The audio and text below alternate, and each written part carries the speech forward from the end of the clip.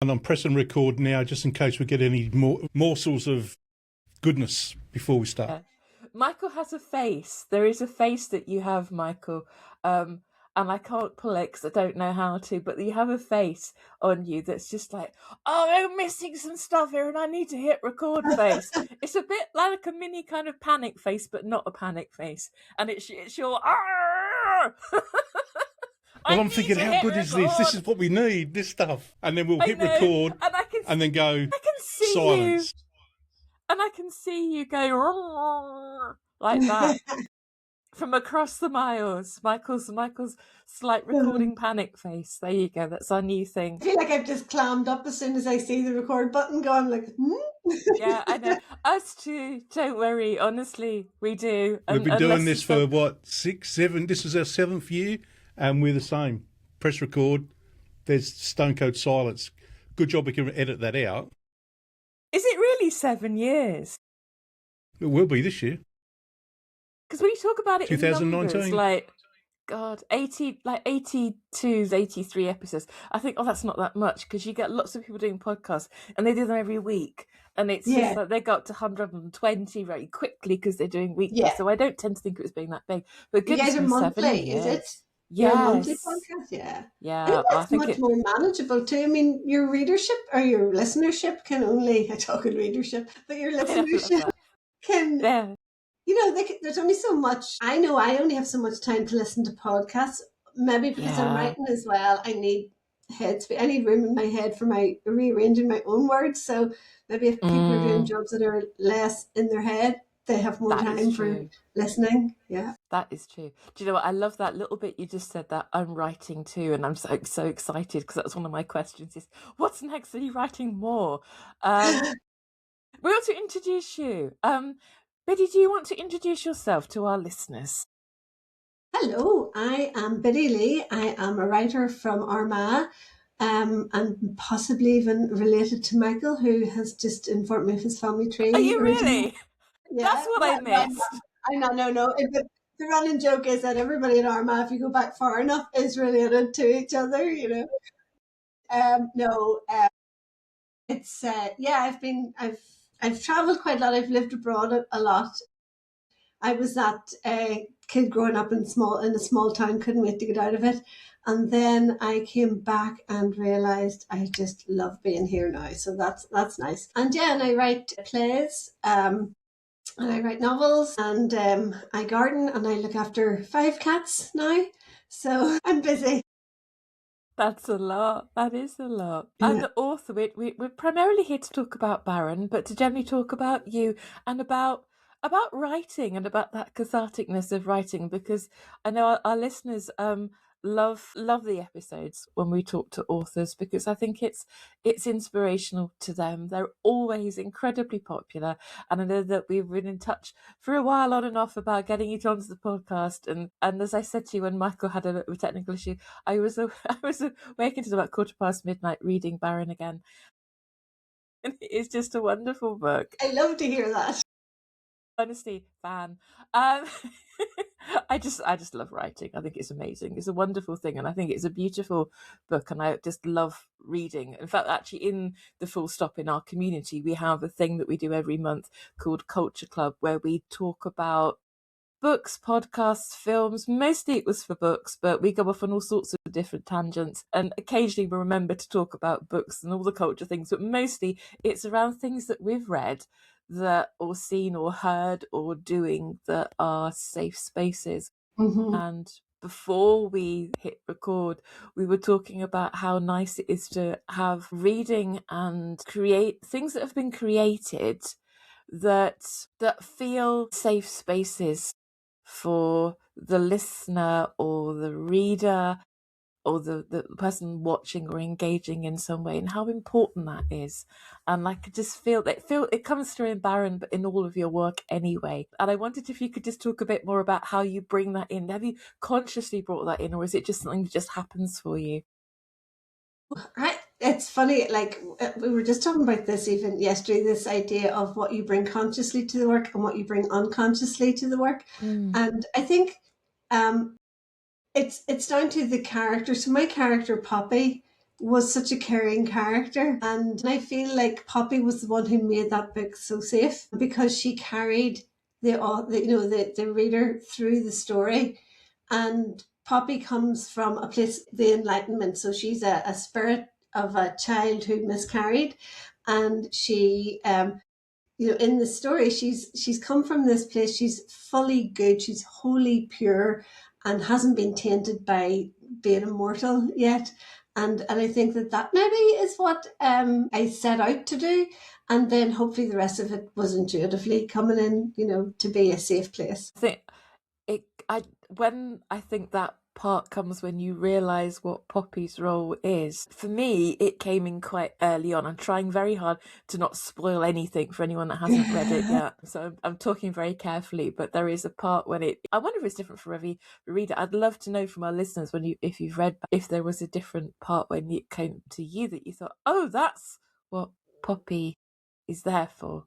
Yeah. Because it took my breath away. I just thought it was just a genius piece of writing to do that. Yeah, it took my breath away. But part of it was as well that when I went into the project, I was coming in as a mother who had lost her one and only pregnancy. Yeah. And I was craving this connection. I was craving the idea of talking to, in my head, she was my daughter.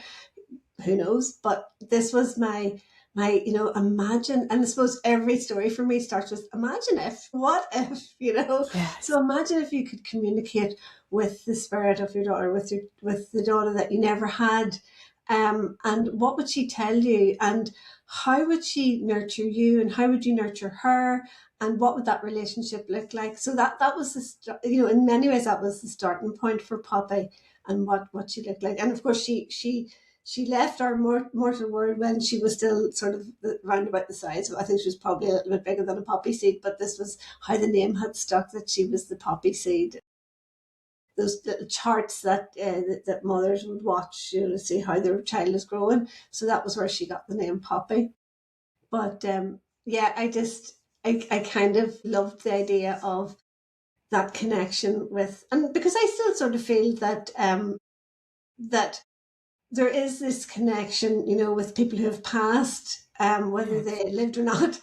So I would sort of think of her in heaven with my father, but like it's a nebulous place, heaven. My idea of heaven is maybe the big clouds and the angels and that, it's just this realm where you know everything and you're aware of everything and everything makes sense, maybe is the bit that stops the torture of our human condition, where nothing seems to make sense, Yeah, that's it, isn't it? It's that untaintedness. There's an innocence, but a wisdom in the character of Poppy that just carries the reader through. And I think it's so relatable. As soon as I realised what Poppy was there and this communication, and 101 things kind of pop into my head about like, oh yeah, I felt that, that there is an awful lot, I think, of that projecting or I'm projecting, I'm not sure if it's the right word, but that envisioning, I suppose, imagining when we're brave enough to do it, and that can be quite hard for some people, about what would our child be. It's like my thing about the last embryo that we had we never pursued because the thing of defrosting that last embryo was just like it's statistically, I'm just going to go through a hell of a lot of pain to get nothing. And then I always think, well, should I have? And there's always that, should I have? But I've always thought was a daughter. But I always thought the first pregnancy that I lost was a son. So, and it's that kind of gender and then you start to kind of have this gentle kind of some sort of fledgling kind of relationship with something that I think that's never formed, that's where it starts, isn't it? Yeah. You know what? It's thinking about the children that you might have had. It's a very, very much like development characters for writing, really, because you start with what gender are they, what type of character would they have been, and of course, so I have a couple of friends who are childless as well, and we always talk about how our children are obviously perfect because there is no evidence to the contrary.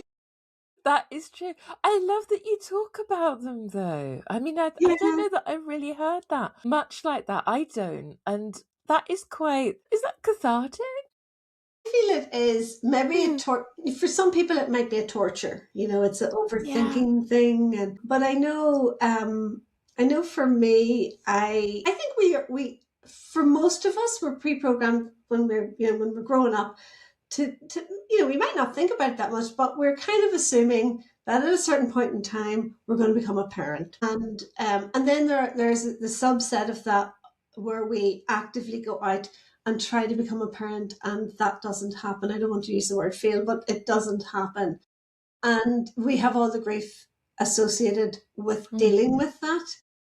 And when I was going through this, which would have been, like, I'm not worried about telling my age, I'm 56 now, so this was a good 16 years ago now. It's a long time.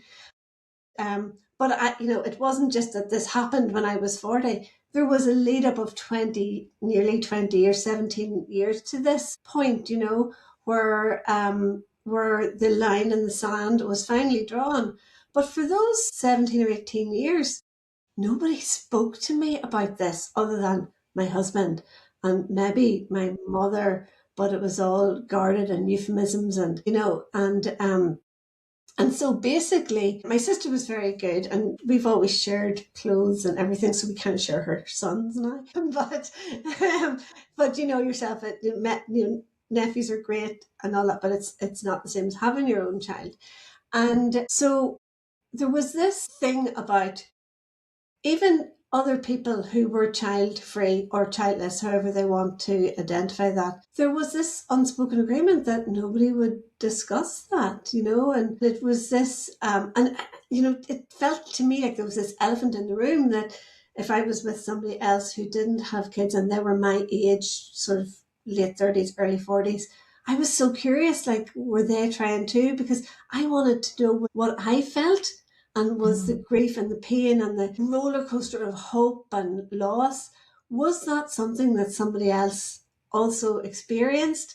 Or was I just weird, So there was this trying to fit in sort of sense. And very often with some of my really good friends who were going through the same thing, we never shared it with each other.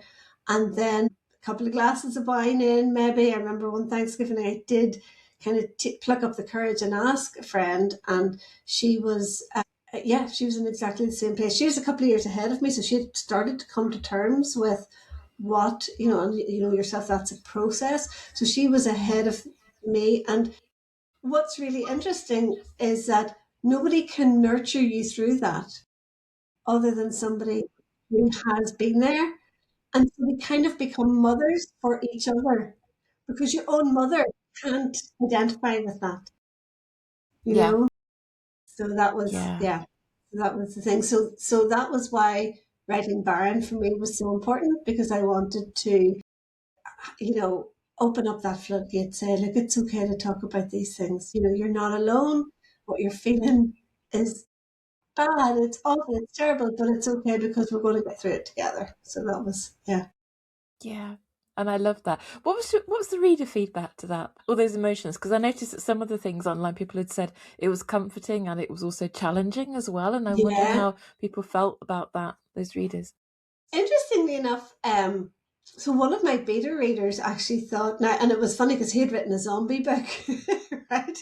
And Okay. it's another writer, but he had said, oh, I think you need to have like a trigger warning on this, because of Poppy's mother Aisling's feelings of grief were so intense for him, and I kind of thought, so you have just wiped out hundreds of people, and they're getting their heads chopped off and they're eating people, and you don't need a trigger warning, but this is what we needed a trigger warning for. But I got where he was coming from, because I feel what he was saying to me was it felt so real for him. Yes. This feeling of the desolation that you have at a certain point. So there was that was one of the, I would say the only, I'm going to call that a negative remark, but it wasn't even, but that would have been one of the sort of more darker responses. But what I found was, so for the book launch of Barren, the artist who did the cover image, Frances, yes, yeah, yes. Frances. Yeah. So Frances has had a history. She has basically had nearly every kind of form of baby loss, and she also has a living child, thank goodness. But she has lost twins in utero. She has gone very far into the pregnancy, lost babies by miscarriage, and she also had a baby who lived for 11 days, Enya. And so she's had really extensive experience, and that was part of the reason why I asked her to read the book and design the cover, because I knew that she would plug into that side of it. And we had a joint launch then. We had an exhibition of her work related to baby loss, and the book was launched at the launch of the exhibition as well. And it was so interesting. I had people, like cold call, if you like, messaging me on Messenger and telling me their stories. And Oh, wow. there was a gentleman contacted me from the United States to tell me his story of losing twins as well. And so it was about people were just connecting. I had people connecting with me they were telling me that their son or their daughter were having fertility issues and nobody was speaking about it. And, they were really glad to read the book, because then it gave them a bit of a handle on what they were going through, so very, very positive feedback in that sense. And as a writer, it felt like I had delivered something to the world that was needed, and that was really gratifying. That's my cozy inner feeling when I think about that moment, and those messages are so precious. Oh, they are, aren't they? I think it's when people just start somehow, in whatever way anyone shares their story, whether that's writing, podcasts, anything else, then I think that it can open up some other strands, can't it? People can start coming in, and I think certainly when a few people that we've had on the podcast have found that people that they had listened to it but didn't know the full extent of our guest's story, and gone, oh, we didn't know. Yeah. And some other conversation has opened up around that, and isn't that so important? That collaboration with Frances sounds really, really important. I mean, I design covers and illustrate covers as well, so I'm very conscious of that. That relationship can be quite intense sometimes if it's sparking because there's another theme apart from the fact of requiring a cover. Then I think that can be quite special. I mean, it sounds very, very important to the Barren that Frances was involved in that. Yeah, Definitely. yeah. She's so inspiring, and she's one of my sister's best friends. So she went to art college right out of the gates from school, and Lovely. she's quite a renowned artist around here, and she and further afield. But I was nearly afraid to approach her for it because I thought, I don't know if I can afford it. But yeah, we're not cheap, no. But what I have now is because she did a full oil painting for me of this concept for the book, and I have it on the wall of my living room, and it would be the most precious painting on the wall. So it I got a lot out of it personally as well. Plus, it was great because when somebody's your sister's friend, you don't really get to hang out with them because they're too busy hanging out with your sister. So I got all this sort of Frances time to myself, which was really good. And again, two artists, and we just would go off on a tangent, and would be walking through fairyland by the end of it, because it was just letting our imaginations spool. So I really enjoyed it. Oh, fantastic. I love the cover. I really do. I'm a magpie for collecting covers that inspire me. And yeah, it's always nice to see something like that. I wanted just to go back to Michael. Sorry, I'm chatting away here. But you interrupt, ask questions. It's not my podcast. It's the full stop. I know how much you were looking forward to this, so I just thought I'll just let you have your fangirl moment. Okay, so you go right ahead. All right, okay. I was just listen to you, Byddi. I want to thank you for making me feel less weird, because like you, I imagine the children we would have had. Yeah. And yeah, so sometimes one of the stories I tell is, imagine me sitting in the back garden You could do that here in Australia. And our son comes over, and his name would be Michael. Yeah. Because I am, we think about 7th or 8th Michael. They're the ones that come from Dungannon. Yeah. Yeah, and so I imagine, and I can see him. We're sitting in the garden together, and he comes and seeks my counsel for something, and my greatest pleasure would be to help him come to his own decision, because I had a dad who would tell me what to do, and I'm not doing that. That was I don't want to be like him, but I don't talk about that much to many people. So you've made me feel less weird. Thank you very much. Yeah. Oh, you're very welcome. Yeah, and I really get that thing about sharing something, you know. So I was a teacher for years, and to some extent that did scratch the itch, you know. So I taught biology, and I just think that biology is one of those subjects that everybody's curious about anyway, because it's kind of about our bodies and about us, you know. So the kids were easy enough to inspire, and you could tell them stories about animals and, you know, all the things that kind of connect. So I remember this moment. I had stopped teaching. I had left teaching because we had moved to California with my husband's work, and I was working then in conservation in California, and we were out in field work one day, and there was a snake, and it wasn't one of the poison. I think it was a garter snake. It wasn't one of the poisonous snakes. And I mean, it was about as thick as my finger and about 12 inches long, maybe a little bit longer. And it was absolutely gorgeous. And somebody said to me, "Do you want to hold this?" And it was just like, "Yes, please." So I'm holding this little snake. It's all curled up in my hand. I think it was enjoying the heat of my hand, and it was all sort of snuggled in there, and sort of just wrapped around my fingers a little bit.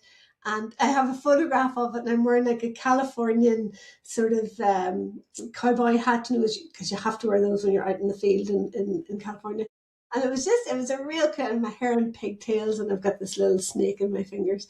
And I was like, "Oh, I can't wait to tell the kids." And I meant in my head the kids in school, you know, because it was always about like relating my experiences back to them. And then I was like, "Oh, I'm not a teacher anymore. Who am I going to tell?" And then it sort of hit me, and I was kind of sad then, because I was like, who am I going to tell these stories to? Who wants to listen to some old doll out in the fields, you know? But, you know, so there was that moment of, and I think you pass it, it's like passing an empty room, and, you know, the door's lying open and you realize it's an empty room. It's that moment, and then you just kind of walk on, and you just don't feel like you can close the door on that empty room, but it's always there, you know. So that was that. That definitely chimes. Yeah, I think that's it. You can collect experiences in life, and I've certainly been guilty of that too. Of kind of like, oh, I won't collect any more experiences because who's gonna know about that? But you're writing, so now you've got somewhere to park them all. Yeah, and podcasting and talk about, you know, and I guess that's sort of it, isn't it? It's kind of just finding a different outlet and being a bit more creative about how we live our lives. But that can also be a bit challenging as well sometimes. Yeah. Yeah. I was listening to a thing about, you know, they were looking at, you know, like the famous women who, like Dolly Parton, Jennifer Aniston, who are, you know, doing great things. They don't have children. And I kind of thought, that's a lot to ask of us, though. You know, we don't, you know, like we don't, there are plenty of mothers out there who do wonderful things too. Not every mother has to do the wonderful things to be worthy. And it's just this concept that we're worthy just as we are. And our everyday, like those little everyday experiences, well, holding a snake in your hand is not necessarily a little everyday experience, but you know, there are lots of little, you know, I'll tell you what it is. Like, see at this time of year, when a bulb comes up, like the wee green pointy bit in the garden. Yeah. I mean, that just brings so much joy to me. And because spring is around the corner, it's new life. I can't even explain, because it's kind of ridiculous how much joy it brings. Oh, no, it's not. It's honestly, I get very excited about this too. I was out in the rain the other weekend trying to put some daffodil bulbs out in the street where we are, because I got across we don't have daffodils in our street. I'm going to make it a mission. The squirrels actually sort of dug them all up, and I was a bit peeved about that. Yeah, I just have them around my garden. I find that is a place of comfort, and the many rose bushes I've got too. If I can cram some more in this year, that'd be great. But yeah, it is, isn't it? It's not. I think it's lovely to have that signs of life, isn't it? Yeah, yeah. It's funny because the thing about especially the likes of daffodils and tulips, and the best time of the year to actually plant them is November. Yeah. And it's the least favourable time for me anyway in the garden. I know you're going to have to flip this all around, Michael, because your seasons are the other way around to ours in Australia. But so you're putting the bulbs in the ground, and you're looking ahead at like, oh, it's just going to get darker and darker from here on in, you know.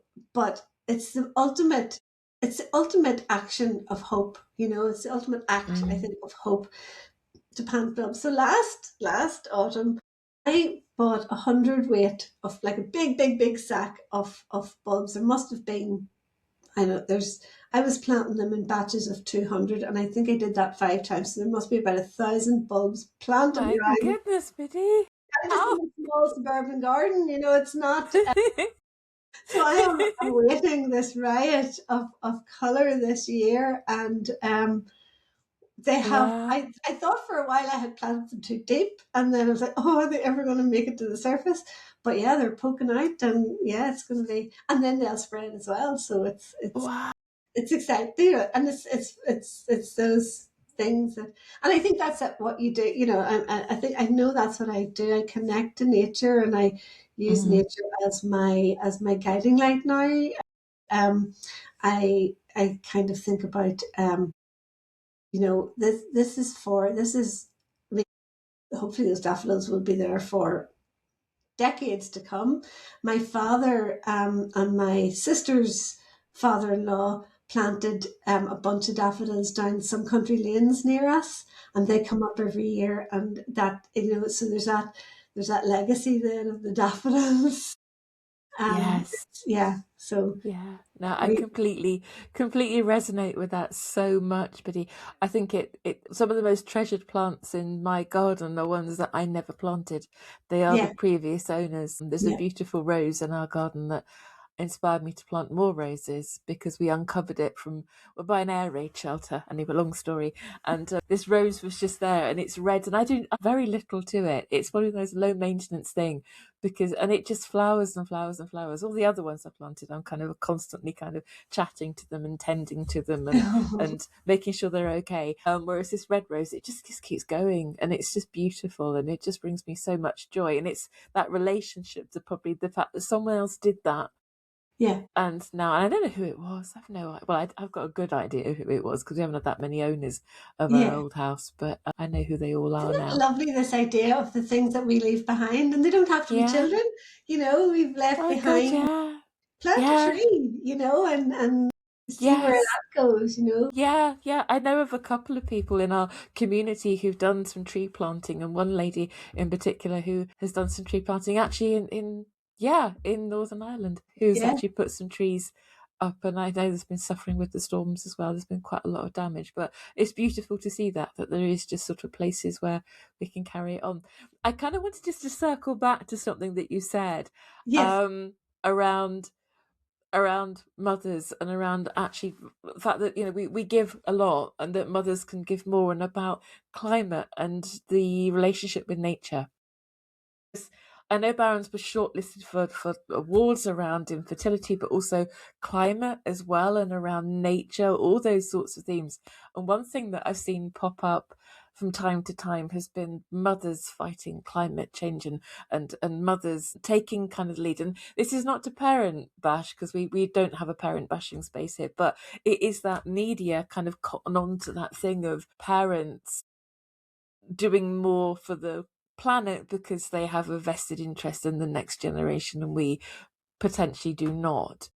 But I kind of wanted just to touch back a bit on some of those themes in Barren, but also I think for yourself, it's coming across to me that, you know, the planet, the climate, nature is also important to you, because it, again, the nature is its own theme in this whole beautiful story as well. It's kind of the character of its own, isn't it? Yeah, because it's so it's a dual timeline story, and the other timeline takes place 4,000 years ago, and we actually do know what the climate was. The concept of this is absolutely mad, and I think that's why back when I was a 21-year-old student, it just captured my imagination so strongly, and that I ended up working in this area for 3 years after I graduated from uni. So tree rings are oak trees, all trees, but oak trees was the species that we focused on at Queen's University in Belfast. They lay down a ring per year, and you can tell how old the tree is. But you can also tell a lot more. You can tell by the width of the tree how well the tree grew that year, because obviously if it's an abundant year for the tree with lots of sunshine and the right amount of heat, not too much, not too little, the right amount of rain, not too much, not too little, etc., you get a wide ring. Where the story actually lies is where you get really narrow rings or sometimes no rings at all. And that's when the tree was stressed, and there was a lot of cold weather, there was possibly a lot of rain, and a very low amount of sunshine as well. And so the question then was, when we looked our tree ring chronology, so we've got like our modern day oaks, and we can link them because there's an overlap, so some older tree beams that we get from, say, archaeological digs, they'll overlap a little bit. So we've got this tree ring continuously going back 7,000 years. And in those 7,000 years, there are 5 major events. And one of them actually happened around the time that St. Patrick came to Ireland. And we think that that's why his conversion of the Druids and the Celtic people then to Christianity was because they were just at the tail end. He had it lucky. They were at the tail end of a climate downturn, and then he came along and started preaching about Christianity, and the weather got better, and everybody was like, oh, this must be the right religion because the weather has improved, So that's one example of what we can tell from these tree rings. But the event that I focused on was in 2354 BC. There is also around that time evidence that there was a tsunami came in over the north coast of Ireland and inundated Lough Neagh. And I thought, imagine what that must have looked like. And I say all the stories start with the word imagine. So it was imagine what that must have looked like. So that element of the story began with standing on a hill north of Dungannon, a good bit north, about an hour's drive north of Dungannon, and imagining seeing that tsunami hit. I had a lot of information on tsunamis at that, by this stage, because you can look at the tsunami that hit in 2005, I think, and then there's the tsunami then, and I think it was 2010 that hit for Japan. So there's a lot of information, and I was able to extrapolate that out and imagine what it looked like and how it worked and all that. So, but the bottom line was that during that event, there were 9 years. So that tsunami, we think there might have been I extrapolated, I put a lot of things together. So none of this it's all like touching on scientific fact, but there was a tsunami. We don't know what caused it, but there was also a huge downturn in the climate, and it might have been from seismic activity in the North Atlantic, Iceland area. And there definitely was, we have evidence for a volcanic eruption during that time. All this ash is thrown into the air and it blocks the sunlight. And for 9 years, the tree rings did not grow in the north of Ireland anyway. And probably the whole of the northern hemisphere was probably affected by this volcanic ash cloud.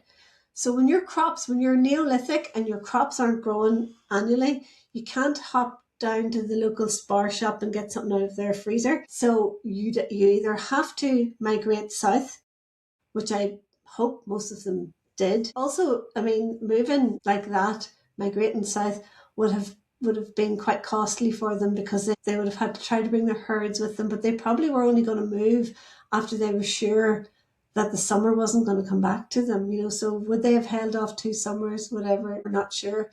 There's also in unwritten, like there's like handed down storytelling stories of plagues hitting at that time. And at that time as well, it was the start of agriculture. So humans would have been living in much closer proximity to cattle. And measles is a disease that jumped from cattle into humans. And measles is one of the most transmitted, easily communicated diseases. I can't remember the word for it. Thankfully, we're not in COVID times. I had all the terms for this back then, but basically, if one person has measles, and they're with 100 people, 99 of them are going to end up with measles. And then if they are a weakened population, 10% death rate on that one. So that's quite high. So we think, I was thinking, well, that plague could have come from, we've no evidence either way, but it's a likely scenario that could have happened. But one of the nice things that backed up my thought process on this was that if you look at tombs with remains in them from pre that event, Mesolithic tombs, the DNA traces back to people coming from the likes of Greek origin. So they would have come up through the seaways because it was easier to travel by sea.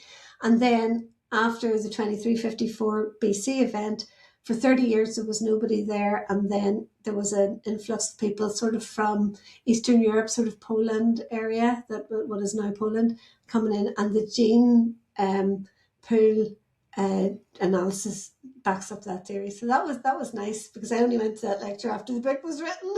So I was like, yes. But anyway, that was me getting lost in the science. Sorry, guys. what I I loved did, it. Honestly, it's just fascinating. I just what I love did with that. that, yeah, well, what I did with that was I imagined a tribe in Ireland at that time, and that one person in that tribe, because I'm sure there were people who were having trouble with fertility back then as well. And what would that have looked like, and why, would their society have had the same issues as our society? I mean, who knows? Maybe they were completely different. Maybe they revered these women and thought that they were special in some way. It's hard to know. But I think that for my main character, Zazime there, she would have been sad. So I had her being mournful of this. But then when the events all kick in, she has to deal with this massive climate disaster. And and that's without giving too much more away. Yeah, it's really hard not to, because I just like, I need to get but that bit.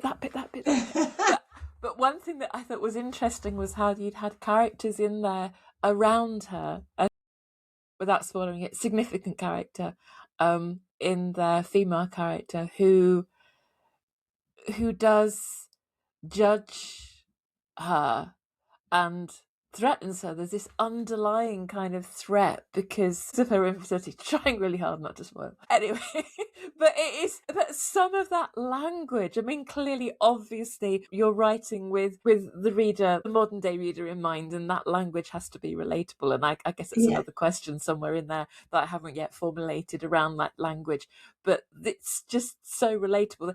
It reminded me actually of Annie Kirby's Hollow Sea, in that there's this thing, there's an incident in that book that just you go, I've heard that before. And it's exactly the same with this particular character, and she says something and you think, oh god, yeah, I've heard that one, in a different way, but it's all the same thing, that there are these, again, it's the safety of knowing that the author holds that space, so you can look at the words and go, I know that hurt.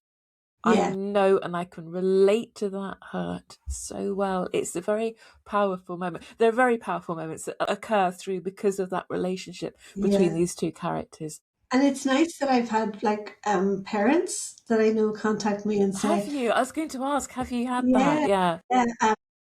Who have said, and people who knew me during the time have contacted me and said, I never thought that, it was like this for you, that it was so, because of course we go through it with the front, like we have this, hard exterior and we're just pushing through. But, and and some friends who have come back and said, gosh, was I there for you? And they're now doubting whether, and if they weren't, it wasn't necessarily their fault, because it was just that I didn't know if they wanted to hear about this. I didn't feel that I had the permission to even bring this up as a thing that was happening to me.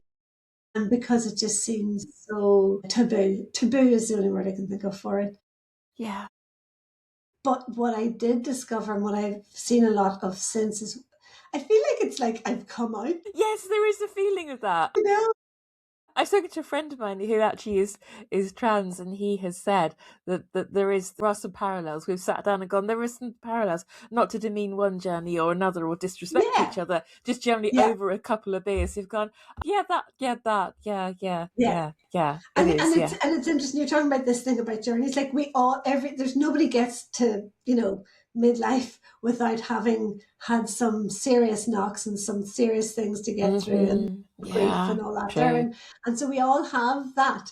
It was just that I felt that my grief wasn't given weight, because one, it was hidden, and two, I think sometimes parents do this thing where they think about childlessness as how they lived before they had their children, and they look back on that time. Isn't it infuriating? It's not. They look back on that time with such nostalgia and longing, and you kind of go, yeah, but like, can you imagine being stuck in the same Groundhog Day every day for the rest of your life? I mean, that's kind of what it feels like. Yeah. So, but then when I look at my childless and child-free friends, we all have a slightly different. We've come through this slightly differently. Some people have never conceived. And I know this because I was in that place before I had my one conception, that I was almost jealous of people who were having miscarriages because they got that far, and it just was such a horrible thing to think and say and admit to. But I just wanted to be able to get to that point. And then I did. But my friend, she opened up to me and she said, I was jealous and I was like, I completely understand that, So jealous is a strong word to use, I suppose, but it's just that envy of you've gotten to that point. Yes. Yeah. No, I can relate to that. Yeah. So then there are people who maybe never tried at all, but it was probably because they weren't in a place, they didn't have a partner who wanted children, or they just didn't have a partner who was suitable to be a parent, and they were in a relationship that was maybe abusive or not set up for parenting. And then by the time they kind of figured this out, it was too late, or they chose the love of this person over, so there are all different ways to it. But what I've found is that anybody I've ever talked to who has been down the road of IVF, like I have done, that like I did after I actually conceived naturally, but then I went down the road of IVF after that. And I sort of feel like we all have nearly the same, it's nearly like a script. You'll say, oh, and did you feel, yes, I remember that, and I felt this, and this was it, and then you realize that you're not this weird outlier person who has these strange emotions, and that it's okay that whenever now it's grandparents, but now whenever your friend says they're going to be a grandparent, it's okay to have that clench in your heart, and you can have two emotions at once. You can be delighted for them, and you can be sad for you, and the two can exist at the same time. And I think that's what's really when you accept that, and when you know that that's okay, then I think you're really on the road to healing, and because we're never going to be, it's never going away. It is never going away, in the same way that a death never goes away, so I think that that's really important for us to know that. And even if the rest of the world kind of doesn't get it, I now know that there are people out there who do, and that's good enough for me. Yeah, I think that's it. Yeah, we close every episode with "You are not alone," and it's so very, very true. And that's why that's the value of what you guys have been doing for, you said 7 years now, so Yes. I wish I'd found you. Like, I wish you'd been there for like 14 years ago, whenever it was all. I wish we'd been there 14 years ago, because our timelines are very similar, Byddi. Again, my story is the same. You're in a space here where IVF is a theme. Yeah. And within that, it's interesting, isn't it, that you have I think in Barren you've got many themes of infertility in there, Yeah. and how relatable they all are anyway, because infertility, childlessness, I mean, we've found that really, I guess probably 7 years, and continually kind of every month bringing out a podcast, and also within our online community as well, is that people are joined by one thing of not being a parent, not by choice, but within that are so many different reasons as to why. I mean, every episode that we do is brings a different story, and it's their unique words and unique experiences, but the common factor is that it hurts to carry it alone and to not talk about it. And it's ridiculous because it's like in childlessness, we should be talking about all the different reasons as to why we all get here, as opposed to kind of the one. And certainly touching on that whole thing of actually being envious of people who've actually miscarried, then yeah, I have miscarried, but I'm very conscious that I've had conversations with people, very honest and brutal conversations, but important conversations, I want to say, around the fact that they have not miscarried. Yeah. Because they have not conceived. And it is an incredibly complex emotion. Is it better to have conceived and lost? Or is it better to not have done any of that? Because that is such I think I can't think of any more eloquent word than it's just such a mindfuck to have to go through a miscarriage is so awful. Yeah. And it's really hard because everything about childlessness absolutely is really, really hard. And if you know there's someone out there who's been through it, again, the safety of reading a book where the author, I keep going back to this, don't I? It's just the third time I mentioned it, but it's the safety of being supported by an author that gets it, because I didn't feel at any point when I read Barren, indeed any book when I have known purely through, thankfully, the full stop or through any other means, I've known that the author shares some parts of my story or that infertility, that I know that there's not going to be something at the end that's going to kind of make me go, oh, I don't feel like I've got to just check the ending first. Yes. In case that somewhere. was so part of the story. So I don't think this is a spoiler, but I really wanted to write a book about infertility that did not end with a pregnancy for the main character who was suffering from or living with or dealing with or coping with infertility. And that was really important to me. And I just haven't been able to find many books like that. And I did, way back in the 90s, I read John Elton's book, Inconceivable. But it was very blokey, it was more of a comedy and looking at the ridiculousness of some of the things you go through when you're going through, and like IVF especially. And he left it kind of open at the end, like there was still that window of hope at the end. And sometimes that window of hope is so destroying, it's like, sometimes you just feel like jumping out a window because, it's destructive nearly sometimes, although I think that hope is a very powerful thing, but maybe it's a bit like the daffodils, throw your hope into something else, and, so there's that. But I would have to say that I do love that you're like the Full Stop podcast, that you have men and women involved with it, that the male perspective of childlessness is also part of, just thinking of Ben Elton there, is also part of your discussion. And I know that in Barren, I tried a little bit to bring in. Yes, you did. Yes. The two women of the two protagonists, and I have to say that I do have such a soft spot for Nereus, because he's lovely. We all need him. So kind, and he was so the way I had them set up was that she is in that and this is true of at least pre-Christian times here, that there were no gender roles for your career, for want of a better, for what you did. So if you were a hunter, you hunted whether you're male or female. So Zazami was a hunter, she had that hunting instinct, and that was what she did. But Nereus was he was an artist, and at that time when agriculture was coming in, there was a Renaissance period. People think that it's like Clan of the Cave Bear or something. No, it's, there was a Renaissance of art and craft and weaving. He was a weaver, he made masks and that.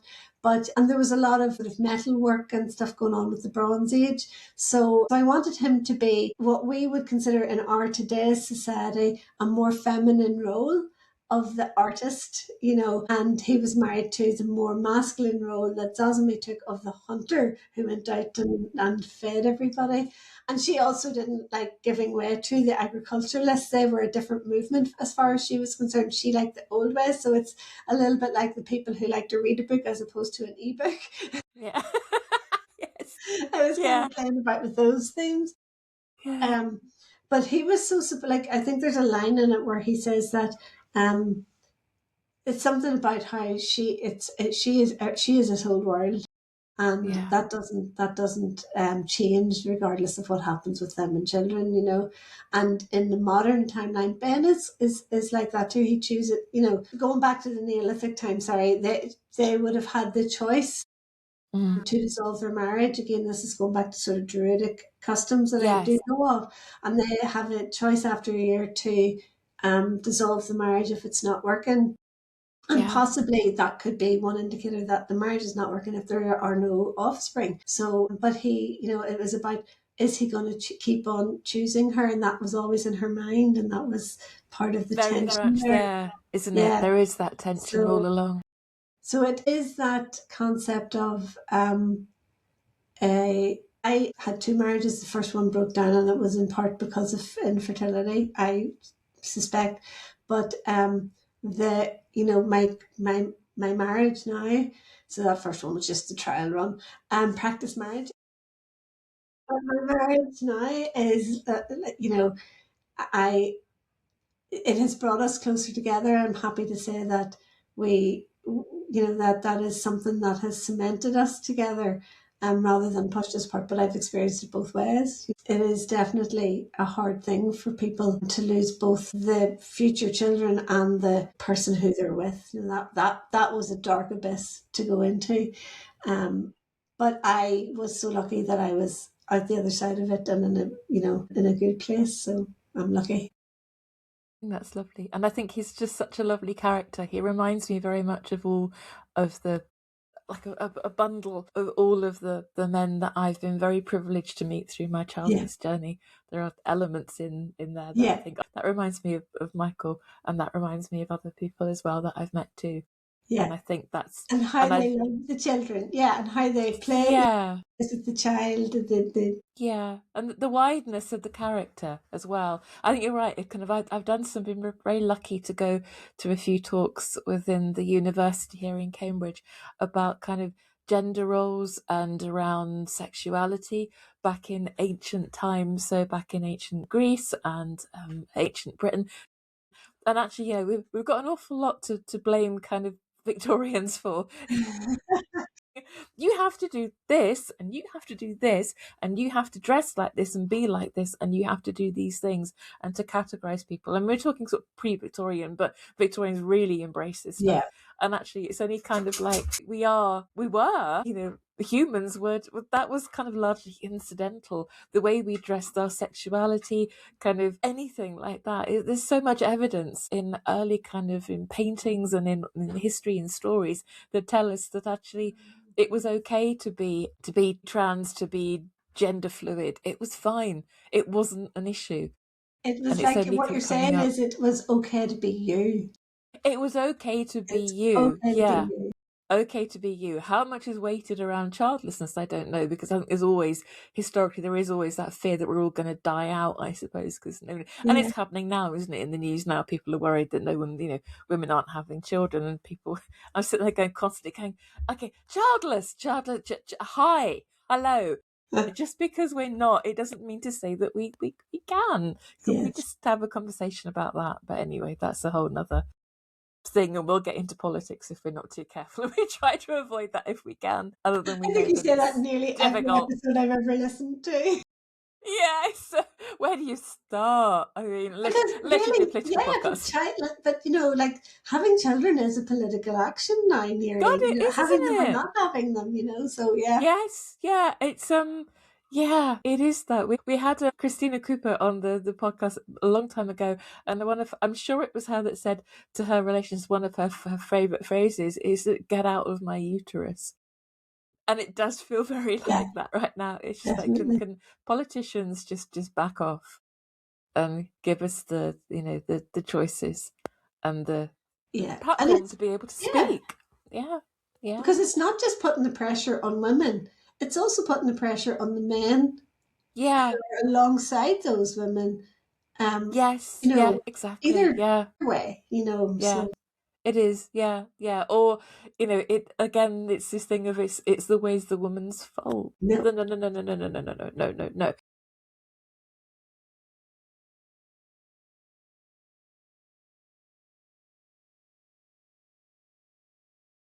yeah, provide childcare, provide, you know, Yeah. Care for the planet. That would be good. So we don't feel like that's kind of slipping away from us. Let's have a good framework here. Yeah. if only Thank you. we could rule the world. Oh, if we all did, wouldn't it be amazing? That would be fabulous. We'd actually have conversations about these important things. Yeah, Biddy, thank you so much for joining us thank you so today. much for having This me. has been It's just just been, lovely. yeah. I could sit and natter to you for the rest. Oh, Michael's just sitting there laughing at me now, confused. I just love talking to authors. Ah, I have written a very short story once in something that when I was going through my grief at its worst time, and I'm always aware that I write better and I create better when I'm really low. So I now yeah, just like to interview and chat to people who do that yeah. so well and don't need to be in a crisis myself most of the time anyway. So yeah, I think yeah. I mean, there is this thing about writers; they need to be bleeding before they can produce any good. Yeah, I totally Yeah, do. Yeah, definitely. yeah. I'm totally that person. Yeah. It's not good. Well, I've actually really enjoyed sitting here listening. It's been quite a joy and quite a joy to listen to you, Biddy, because there's a lot of things that you touched on that resonated with me a lot. I just want to share a story because now I'm older than both of you. I can do that. I'm full of stories. So I was at 2 weeks ago. I was out west in what you would call the outback in a quarry, dusty environment, very, very, very blokey environment, let's just say. And here I am. I'm having a conversation with a guy who, and this it'll make sense when we get there. Having a conversation with a guy who's telling me that he's just knocked over 40 and he thought that he was going to not have children when he wanted to be a dad all his life. Oh, And so I always turn the conversation around what I do podcasts because you never know who you might meet and who you talk to. Anyway, so through the conversation, he says, "Look, I've met someone else and we've been able to get pregnant." And you can see him stop and go, "I hope that's okay if I tell you this." And I thought, how nice was that? yeah, But then also I said, "Mate, look, because blokey environment, but mate, listen, just because I have this grief that walks beside me doesn't mean I don't want to hear a good story. So yeah, tell me yeah, how it feels. Tell me what it's like." And you never know when you can have these special moments. And here I am in high-vis work gear in a dusty quarry in the middle of bloody nowhere. So listening to you talk about they can both coexist, really resonated with me. And one of the other things too, sorry to bring this back to family tree, you talk about what we leave behind. And that's one of the reasons that motivates me to do a family tree, I'm going to leave that behind because there's going to be people like me that want to research their family. They want to delve down the rabbit holes of the different branches. And so, yeah, I've really enjoyed listening to you. So thank you. my question all the time is, if I come to Ireland, can Vicky and I have coffee with you? Absolutely. In fact, if you didn't, I'd be highly insulted and I'd come to Australia and track you down. Absolutely. There is nothing I love more than showing off Armagh, the city of Armagh. It's a very small little city, but it's a little jewel. It's absolutely beautiful. And we have gorgeous architecture. We have Navan Fort, which is a very ancient monument that goes back thousands of years. But we don't have a lot of modern stuff, but we have great culture and yeah, do come visit. Yeah. Well, I'm closer. I'm off. Bye. I'll see you soon. But I'll get there before you. You probably will, I should think, actually. Actually, no, you're not. You're not, because I know your travel plans and I know the scale of your garden renovation. I know things, so I might just make it there before you. Yeah. So I have a question, Byddi. One last question, and then we'll let you go. But is your book going to ever come out in an audio book? We're working on that right now. Thank God. Yeah, exciting. Yeah, we have. I'm closely connected with the Armagh Theatre Group, and one of the actors there is reading it at the moment. So we've just started. You're not reading it. You've got such a beautiful voice, Byddi, but I do know it's hard to read your own words. Honestly, she read the first chapter, and I had goose. Wow. I was going to ask, how does Poppy sound? I'm going to wait and find out. Fantastic. And it's a massive investment, audiobooks, in terms of time and money as well. So I'm really pleased that you're doing that. It's a lot. So yeah, fantastic. Brilliant. Thank you very much. It's fantastic talking to you. I hope you've enjoyed it. Spending some time. There you go. Always a worry, isn't it? But yeah, we edit. It's fine. Thank you so much for joining us, and a massive thank you from our audience as well. We have people in our audience, and they're just saying thank you. It's a really interesting conversation, and I've loved listening to you as well. So thank you so much, Byddi. We've really enjoyed our time with you. It's been a dose of joy on a rather soggy Sunday morning over here. It's probably a very hot afternoon somewhere in Australia, evening. But yeah, it's been lovely. Thank you. Thank you, Byddi. Right. You want to stop recording? That was quite professional for us from